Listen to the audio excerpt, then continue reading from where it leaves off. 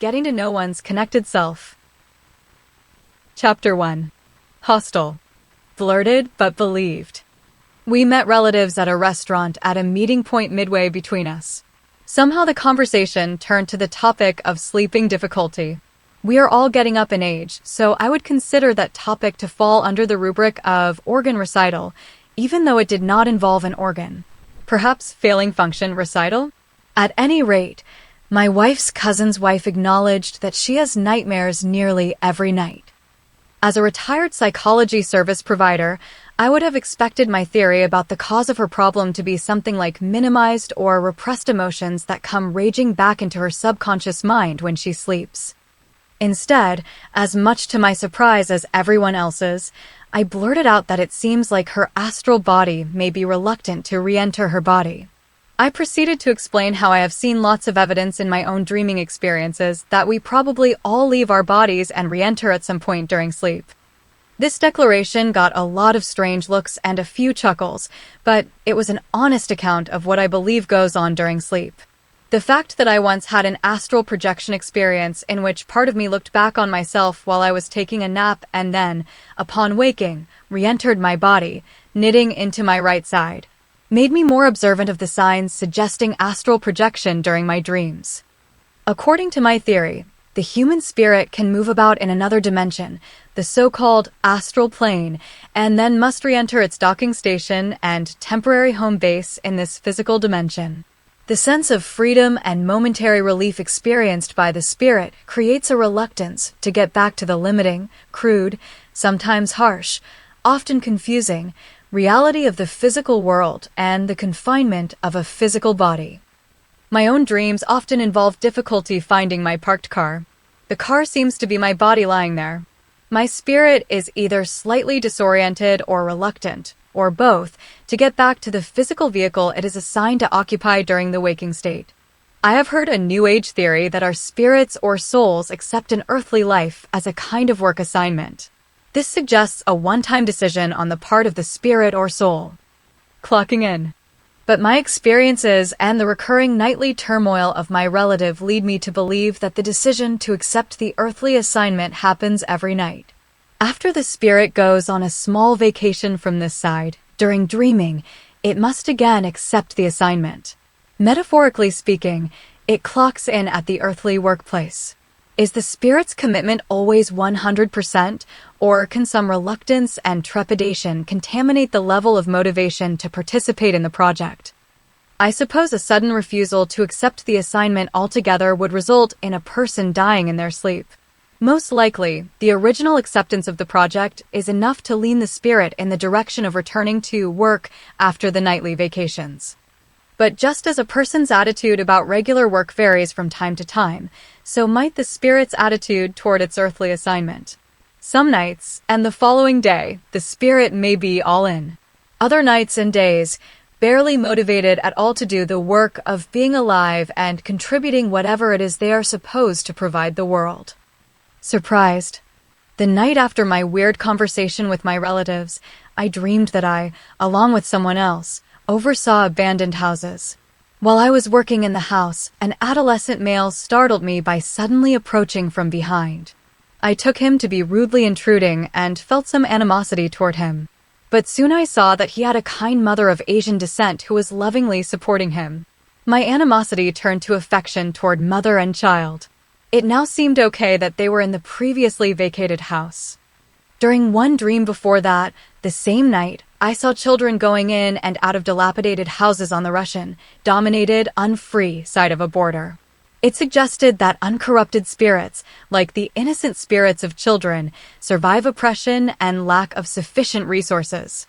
It hearkened to Jesus Christ's admonition to be as a child spiritually. In retrospect, I see the earlier dream as preparing the way thematically to the subsequent house squatter's dream. Both suggest that the houses, regardless of their condition, are potentially inhabited by spirits which are more robust than the houses themselves. Here's my interpretation of the dream with the boy and his mother. The unexpected adolescent was the ordinary, me, that my spirit was a bit reluctant to work with, perhaps getting tired of regular Daryl's shortcomings.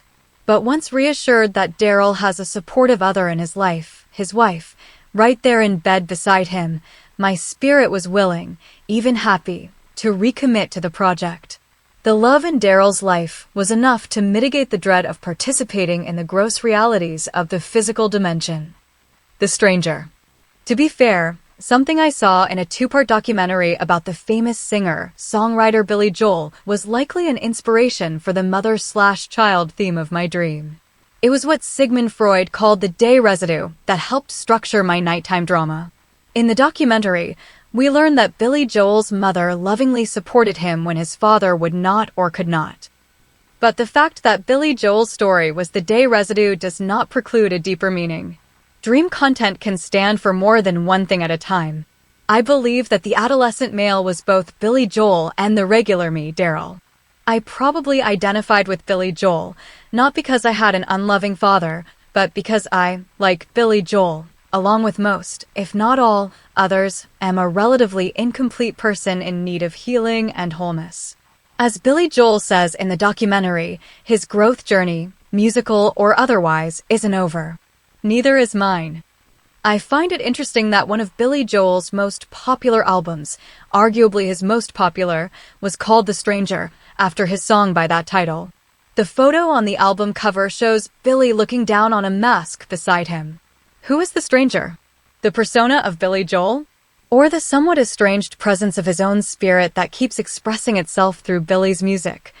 At one point in the wonderful documentary, he said something to the effect that he was tired of being the same old Billy Joel, as though he sensed there was more to him than he or others previously identified him as being.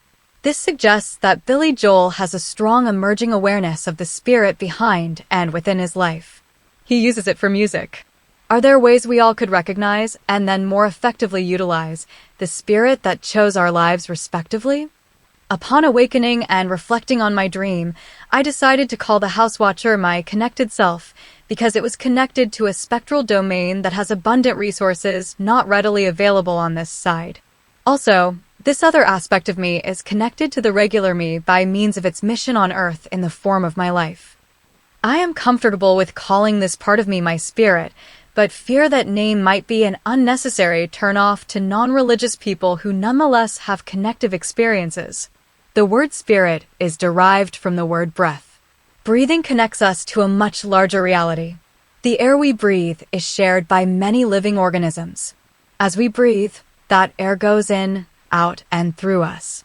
It is not confined to the specific location where our bodies occupy space and cannot be rightfully owned. Although organized religions use the concept of spirits and spirit, there is no reason to think that non-believers don't also experience a breath-like connection to something beyond themselves. The term connected self avoids the baggage of religious dogma. Hopefully, it can be accepted as a synonym of spirit by those who utilize religion for a sense of connection. I decided to call the regular me my concrete self. Initially, I called it the disconnected self, but soon realized it was only disconnected by the limited view of my regular self that simply can't appreciate its connection to the other side. I also believe that the so-called other side is in a deep zone within my own existence. I go to the other side by means of feeling/sensing deep within. I opted not to stick with disconnected self as the identifier of regular me because I didn't want to create a negative self-fulfilling prophecy that says we can't connect with the deep, connected self. We can connect if we learn to recognize and embrace that deeper, truer aspect of self. We can be spiritual. I accept Jesus Christ as a model and mentor who helps me become a more spiritual human being. Others may have other spiritual models and mentors or may prefer to rely on their own connective experiences. That's perfectly fine with me. The specific vehicles for spiritual growth are far less important than the growth itself. The nexus of nightmares. Growth often requires healing. Our wounds and shortcomings become obstacles that stunt our growth. Accordingly, growth and healing are closely related. I remembered the apparent wound that my relative was experiencing most every night, her nightmares. I have, like her, been terrified in my dreams in ways that suggested that my spirit was at times highly reluctant to accept the next leg of my earthly journey. I believe that the terror, more intense than mere reluctance or dread, comes from confusion. We confuse the regular self with the spirit self, so it leaves us feeling lost and out of control when it comes to the transition from the spiritual realm to the physical realm. We feel torn between two incompatible worlds. This, I believe, is the nexus of nightmares. So I decided to call the terrorized witness of and participant in the nightmare the confused self. Perhaps the confused self is but a confused and/or frightened state of the concrete self. Even if it is but a state, it still is a very important aspect of self. Each of us must deal with our own confusion and fear. At times, confusion and fear takes on a life of its own and has us instead of us having it. Personifying it as a self may be a useful way to highlight that tendency. Theoretically, we could, via enlightenment and/or desensitization of fear, outgrow the confused self. We could be healed from the confusion and fear that stunts our spiritual/connectiveness growth. The confused self would disappear. The connected self's low-resistance energy state would then encounter less of the high-resistance energy state associated with thick-headed human consciousness and ego defensiveness. This would reduce its reluctance to re-enter the physical body of the human it agreed to assist. In effect, the individual spirit would receive a much warmer welcome to its home away from home, that is, its earthly home away from its heavenly home. Conversely, if we deny our confusion and fear, we merely paper over, emotionally suppress or repress its negative influence in our lives.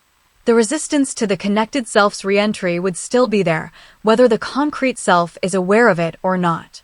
It's best to own the confusion and fear until it no longer has relevance. Face it and patiently erase it. Could my wife's cousin's wife's nightmares be reduced or eliminated by discerning the plight of her own spirit? And by learning to work with her connected self instead of being confused by its required transition from the other side to this side? Could she give her spirit an unlocked door and warmer welcome to facilitate a smoother re-entry? Months later, my 8-year-old grandson shared the details of a nightmare he had. At one point in his dream, the menace was like a ghost that came back to life. As obsessive as I am, I don't go around constantly thinking about the main theory of this book, that we have an individual spirit interacting with our regular physical selves, and that we are somewhat estranged and confused and frightened by it. But the characteristics of Simon's dream immediately brought the theory to mind. Was the monster or menace his own spirit as it was in the process of re-entering his body? If so, the negative qualities he associated with it is really his own fear and confusion. Perhaps he really does have nothing to fear but fear itself. If Papa can educate him about the individual spirit, Simon may be able to gradually get to know his connected self and learn to use it to help, instead of jeopardizing his existence. The trick, of course, would be to find a way to teach him that would not confuse him further. The concept is counter to the conventional notions of reality that he has been taught so far. On the other hand, it is not too different than Santa Claus coming down the chimney, the Tooth Fairy leaving money under his pillow, and the Easter Bunny leaving colorful eggs, some plastic ones loaded with money, hidden in the yard. Is there a way that I could sell him on the idea that he has his own personal version of these foreign friends? A child's limitation in abstract thinking might prove to be a challenge, but the potential benefit of limiting or ending his nightmares motivates me to seriously consider teaching him the theory of this book. Taking the mask off the monster. I got to thinking, kept on thinking, what about repressed emotions that get portrayed as monsters in our dreams? I don't want Simon or anyone to miss the chance to deal with those subconsciously expressed emotions. How can that more standard interpretation of terrifying agents in our dreams be reconciled with our concept of a spirit re-entering the body? I recalled hearing how a culture somewhere encourages its people to take the mask of a monster that one encounters in their dreams. It dawned on me that it is not only the fear of the unknown aspect of the connected self, but also the fear of the repressed emotional impulses that threaten us in our dreams. Emotions, like spirits, are energy forms, emote means to move, and are likely to be attached to the connected self as it re-enters the body. But this is not the true nature of one's individual spirit. It is only residue that forms an appearance, like a mask. Why would our friendly personal ghost allow itself to scare us with a hideous mask? I believe the answer is that its intent is not to frighten, but to help us transform the negative energy fragment back into the wholeness of self.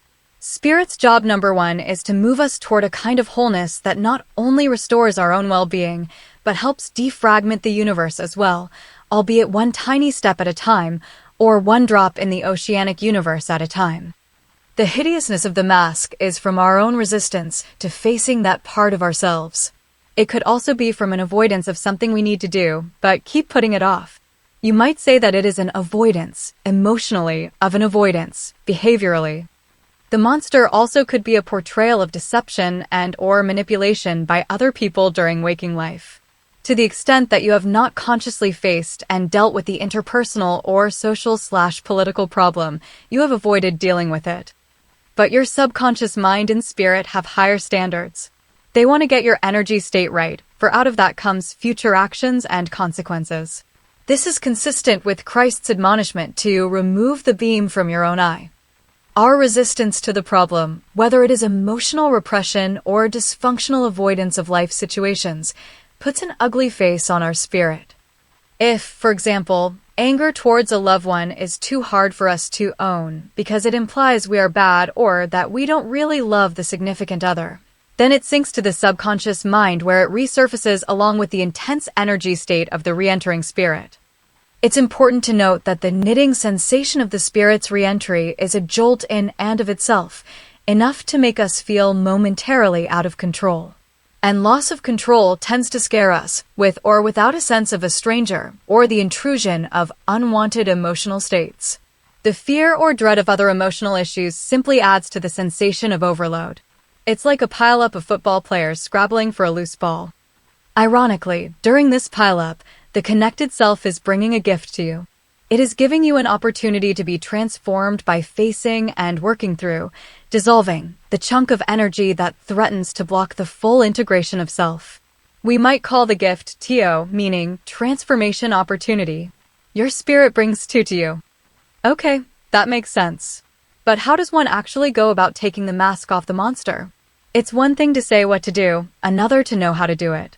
These standard techniques were offered by an AI overview when I searched the internet. Confront the monster. Instead of running away, a common, unhelpful reaction, turn and face the monster directly. Running seems to make the monster seem scarier and more powerful. Acknowledge and ask questions. Engage with the monster. Ask it, "What do you want?" or "What are you here to tell me?" This shifts the dynamic from fear to curiosity and control. Often, the monster's appearance will change when confronted with direct questions. Identify the emotion. The mask is the frightening form the monster takes. Try to look past the scary appearance and identify the specific emotion it embodies. Are you feeling overwhelmed by work stress, anxious about a relationship, or fearful of failure? The monster is a representation of these feelings. Empathize with the monster. In some cases, the monster may represent a vulnerable part of yourself that needs attention or compassion. By showing compassion or understanding, the frightening image can dissipate or transform into something less threatening.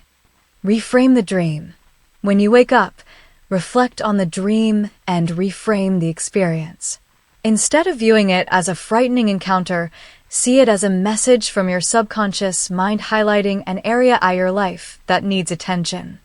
By changing your internal response to the perceived threat, you effectively take the mask off, revealing the true, manageable emotion beneath the scary facade.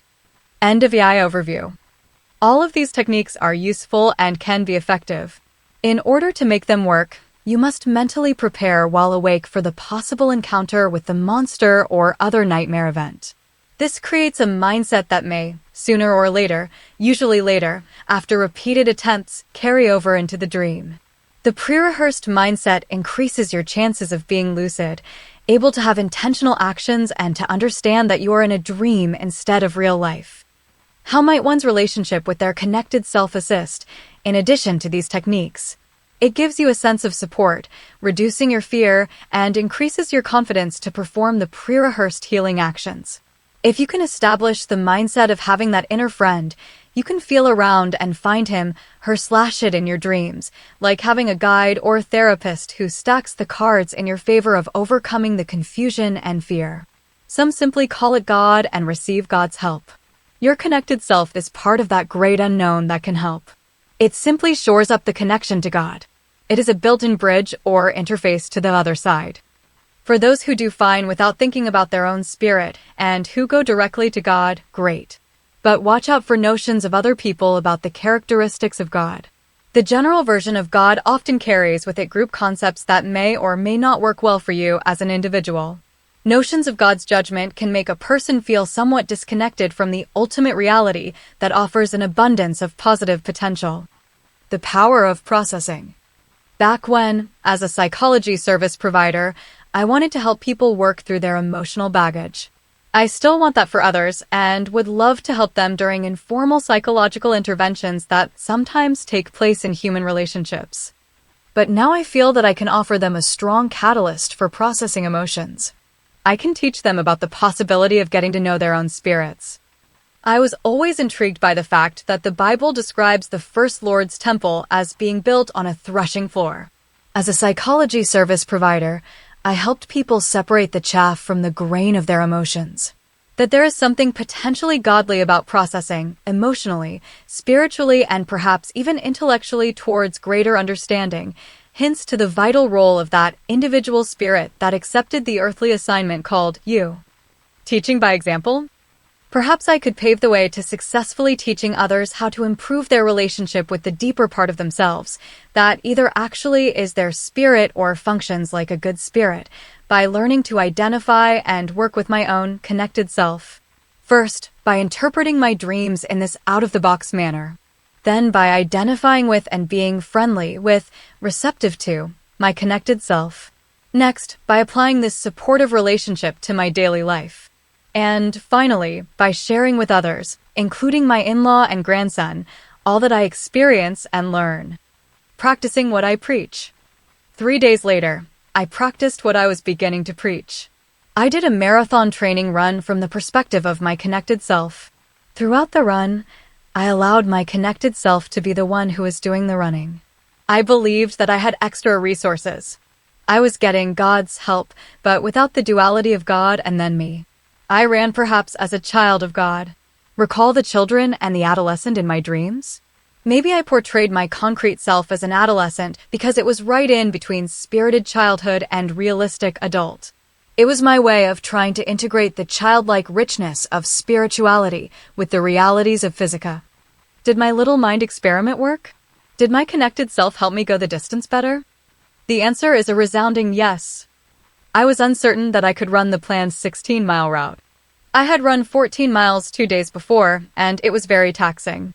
Plus, the temperature for this 16-mile run was 70 to 72 degrees Fahrenheit, as opposed to the cooler temperature, mostly in the 60s, during my 14-miler. But my yoke appeared lightened throughout the 16-mile run. So much so that I decided to add 2 more miles. I had enough in my tank to run extra, despite the warmer temperature and relative lack of recovery time from the hard 14. At one point well into the run, I even felt very peaceful. My connected self was also my friend Jesus. My concrete self's relationship with my connected self felt identical to my friendship with my main spiritual example, Jesus. I did unexpectedly well on my training run, with a little help from my friends. What other ways can we put our connected selves to work in our lives? Could the relationship grow to the point that the connected self becomes the main self-identity? Could we live up to spiritual author Wayne Dyer's belief that we are spiritual beings in a human form? I don't see why not, as long as we commit to a journey of growth. But every journey begins with a single step. The first step for spiritual/connectedness growth is to notice its presence. I am beginning to discern my connected self in my dreams. But for those who are not as tuned in on their dreams, there are other ways to increase connective experiences. Journaling with a focus on particularly meaningful, spiritual experiences can get us better acquainted with our connected selves. Intentional contemplative practices go a long way toward that end also. Perhaps the next step is to own the spiritual/connective/whole states as being a legitimate aspect of who you are. You must begin to see that those momentary states are based on an intrinsic quality of self that can be developed into a consistent trait. We must believe in personal transformation. Otherwise, we would have a negative self-fulfilling prophecy that it is impossible to connect with deeper and truer realities. A belief in God or some other unifying ultimate reality could certainly help us reach out and connect. But we must also believe that we have within us the potential to do so. If I were to instruct you to lift your left arm, you would believe that you can and then would easily do it. You know that you have it in you to do what I asked you to do. But if I tell you to be spiritual, or more connected or more whole, you might scratch your head because you have not yet discovered the part of you, an unseen arm of sorts, that can help you accomplish the task. You might not yet believe that you have it in you to intentionally feel more intimately connected to life and unknown realities within and behind it. You may mistakenly think that it only happens accidentally. But if you accept the journey of spiritual growth and of getting to know your connected self, you will eventually be able to do what I asked you to do. You will get more spiritual/connected. That is, if you choose to. It's up to you. You are not a leaf blowing in life's wind. What dreams may come? I suppose that my own process of getting to know my connected self relies heavily on my night school. That's what I call my instructive dreams. Or perhaps I should say dreams that I get insights from, whether the teaching is in the dream itself or in my own mind, as I interpret the dreams after the fact. I won't even insist that my theory of nightly astral projection is objectively true. It could possibly be a meaningful myth. The connected self might turn out to be a deeper part of mind that is not attached to thoughts and images. One could call it mind itself. Mind itself and connected self could be synonymous. Or both the metaphysical, astral projection, and the intramind, deep mind, theories could be true at the same time. Deep mind may be rooted in another physical-like dimension, astral plane, spectral domain, quantum substrate. Just as mind appears housed in a brain, mind itself may be housed in another dimension that also interacts with this physical dimension. I once had a dream in which my spirit was carrying around my decapitated head. The head seemed to represent my normal mental activity, dominated by specific thoughts and images. A mental state deeper than thinking may be able to observe and affect our mental activities. Such an interpretation would not necessarily be at odds with the metaphysical explanation of astral projection/reconnection. Even if my so-called connected self is a figment of my imagination, but it nonetheless helps me lift my metaphorical arm of spirituality, then it is a quite useful imaginary friend. Imaginary friends can help us do good works and to be better people if they manage to link us to the hidden treasures of potential functions within us. Just how it happens is less important than whether it happens. Spiritual growth is the fruit that Jesus Christ talked about. Judge the validity of your beliefs by the fruits they bear. I believe in the connected self because it works. At any rate, I do believe that astral projection occurs as we sleep, and that signs of it can be gleaned from our dreams. Unless and until the metaphysical interpretation gets in the way of my ability to feel whole, connected, spiritual, that's my story, and I'm sticking to it. Sequels. Since the dream that inspired me to identify my connected self occurred, I have had 3 additional instructive dreams about how the connected self or spirit interacts with the rest of me. The first of these 3 follow-up dreams occurred 1 or 2 nights later, had my brother suddenly squeezing through a narrow window into the room or space I was located. I think the brother was my connected self coming back into my body. But why was my connected self appearing as another, a brother, instead of being my main character or witness in the dream? To me, the message is clear. My spirit is intimately connected to others. Love is something it does as naturally as breathing. In a deeper, truer sense than I normally think of myself, I am my brother or sister as much as I am the concrete self. As the connected self re-entered my body, it was telling me something about who or how I truly am, not as separated from others as I supposed. The night school lesson reminded me of Christ's teaching that where the poor and suffering among us are, he is also. The connected self is connected to others here on earth. Love one another as a natural extension or manifestation of this truth. The second follow-up dream happened the very next night. In it, One of my sons fell forward from a slanted surface that he was on as he was enjoying something he was eating. At first, I panicked that he might be horribly hurt as he approached what appeared to be the ground where he fell. But I sensed he was having a soft landing and would be safe and sound. Here, my connected self was identifying with one of my earthly sons. My confused self mistook my connected self as being my son. I feared for his safety as the transition back into my body was occurring. But somehow I had a bit of lucidity within the dream, a crack in the confusion that allowed me to sense that what was really occurring was my spirit re-entering my body and the physical plane of existence. It was merely coming home, albeit a home away from its main home, from its nightly vacation on the other side. My connected self was merely clocking in for another day's work. And it was going to be okay. One night later, a third follow-up dream involved 2 or 3 characters being swallowed up by a monster. I saw only 1 or 2 heads not yet swallowed, still showing outside of the monster's mouth. But then I saw the main character go back in time to see where the monster began to take over. I saw a room where the dirty deed began. And as I saw it in my dream, I sensed it held the key to surviving the engulfment, as though I could learn from history and use that knowledge to keep from being completely consumed. To me, this dream had 2 main meanings.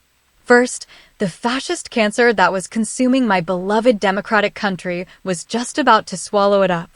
Secondly, my connected self was very reluctant to return to the world, via my body, where all this was going on. It seemed like mission impossible. A large part of this dread and fear seems to come from what I am calling the confused self, because I, as the dreamer, was probably assuming that only the tools of the regular old me was being left to deal with the troubling situation of adapting to the lower frequency, coarser, realities of embodiment in this physical dimension.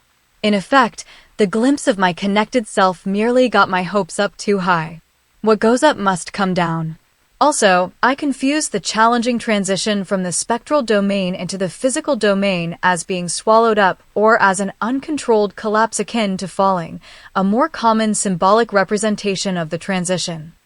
But had I been able to clearly understand that the sensation was the result of my astral body returning to my physical body, and that the spiritual aspect of me, my connected self, has extra resources and potential that the concrete self does not have, I could have kept my cool during that phase of the dream. Not knowing the metaphysical process and not knowing my spiritual potential led to greater despair and sense of hopelessness and helplessness. The conflating of a non-spiritual me with the spiritual me caused most of the nightmarish terror. The dream's insert of going back in time to learn from history or my own mistakes gave me faith that somehow that which is good and holy will miraculously survive. The somehow was, I believe, a partial lucidity about my connected self and its greater abilities.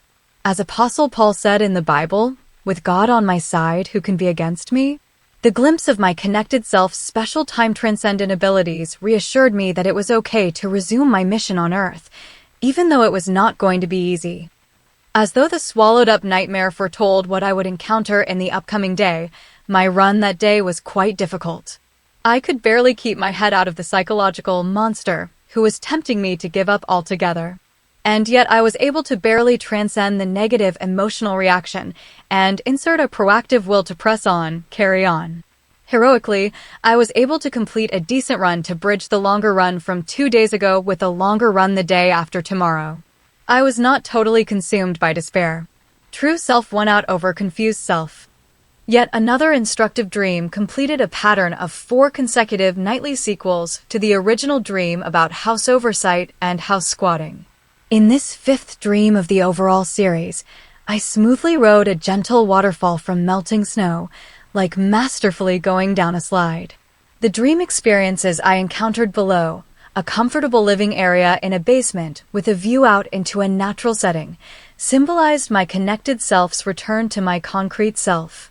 But the dream content included a concern about getting bedbugs if my wife and I sleep in the basement dweller's habitat. This mirrored the concern one might have of staying in a motel, or even the more affordable, and probably more risky, accommodation of a hostel. From the connected self's perspective, that is exactly what the astral body reentry is like. It is temporary lodging necessary to complete the mission on Earth. Improved mastery of transition was also reflected in the next day's run. And I sensed it during the run. I felt reassured that I could tap into the extra resources deep within me and apparently from the other, unknown, side. I had a kind of faith that was assisted by the dream. In line with gracefully sliding into my earthly dock, the following poem kind of slid or flowed into my mind during the run. It expressed my faith and gave me something meaningful to do to pass the time. For me, the invisible friend or two refers to Jesus Christ and God. Other people may have other friends on the other, or deeper, side that help them tap into the extra resources needed. And maybe they don't even have to be identified, as long as you follow the advice often given in sports, to reach in deep, to leave everything on the field. Faith in your own hidden potential may at times successfully get needed resources from some friendly, useful place within. Call. A lot of your life initiatives will be flawed or even errant. But if you relax into your being and become a bit coherent, you'll find that you're not just a helpless child, dependent on a parent. That doesn't mean you don't call out for more than what you know and ask an invisible friend or two to help you succeed and grow. Life can be a mission. If you're wise and do accept it, you'll give and get a lot more good than if you just expect it. So, do your best with what you have. But whenever you need more, don't hesitate to call for help. That's what invisible friends are for. My invisible friends are God and Jesus Christ. Others may have different invisible friends to help them tap into spiritual functions and develop connective skills. Although I continue to have my own religious references throughout this writing, I hope the reader can take it as shorthand for the underlying functions. It's like our minds as a computers may have different icons on their screens, or even different software programs, but the underlying computer logic, or coding, is the same for each religious practitioner. In fact, which means, of course, in my opinion, the connective self works at the deeper, mainframe, level of the computer mind. The dream that inspired the poem, which was a daydreamy continuation of the dream, prepared me for a successful 16-mile run, right on schedule distance-wise for my training, especially considering that I previously accomplished that 18-mile run.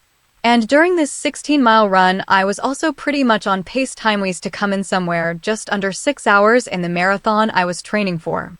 That used to seem ridiculously slow. But it was before I turned 70. I tell myself, welcome to the new normal.